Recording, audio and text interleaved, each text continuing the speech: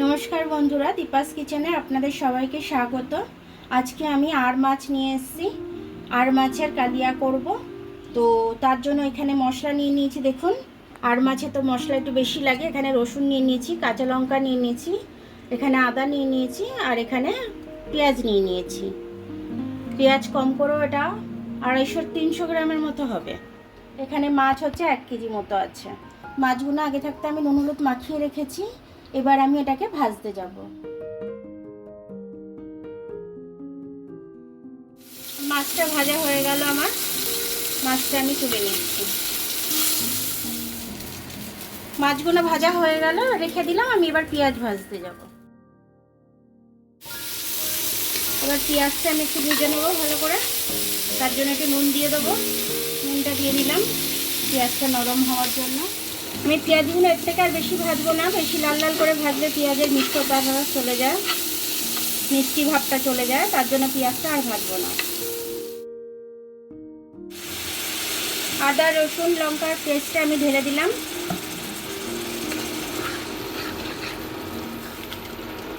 লঙ্কার গুঁড়ো দিয়ে দিলাম একটু ঝালের জন্য। একটু হলুদ দিয়ে দিলাম। মশলাটা কষবো আমি। কষতে কষতে ওদিকে আমি টমেটোটা একটু কেটে নেব। মশলাটা আমি আর একটু কষে নেবো। তার মধ্যে টমেটোটা আমি দিয়ে দেবো, একসাথে কষা হয়ে যাবে। টমেটোটা নরম হওয়ার জন্য নুন দিয়ে দিচ্ছি। আমার এটা কষা হয়ে গেছে। এবার আমি এটাতে জল দিয়ে দেবো। আর মাছটা অ্যাকচুয়ালি মাংসর মতো করে করতে হয়, সে কারণেই আমার এত মশলা দেওয়া এর মধ্যে।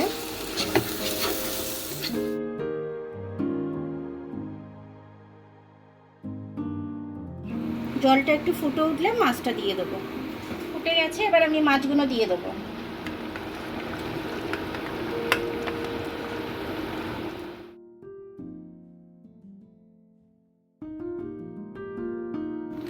হাই ফ্লেমে আমি এটা ফুটতে দেব। ফুটে এটা যখন মাখো মাখো হয়ে যাবে আমি তখন নামাবো। এটাকে ধনে পাতা দিয়ে দেবো।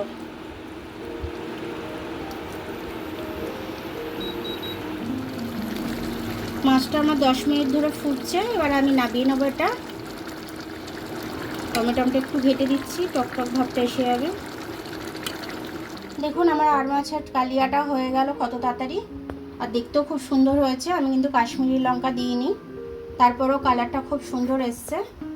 আর খেতেও খুব টেস্টি হয়েছে। এটা পুরো বিয়েবাড়ি স্টাইলের মতো খেতে হয়েছে, একদম খুব সুন্দর হয়েছে খেতে। আপনারা এরকম করে খেয়ে আমাকে কমেন্টস করে জানাবেন যে আপনাদের কেমন লাগলো খেতে। আমার রেসিপিটা ফলো করে। ভিডিওটা দেখার জন্য অনেক অনেক ধন্যবাদ। আমার ভিডিওটা যদি আপনাদের পছন্দ হয় তাহলে লাইক সাবস্ক্রাইব বেল আইকনটা একটু টিপে দেবেন। আর যদি ফেসবুক থেকে দেখেন তাহলে লাইক আর ফলোটা একটু করে দেবেন। আবার কাল দেখা হবে নতুন রেসিপির সাথে। ততক্ষণ আপনারা ভালো থাকবেন। আমি আসছি।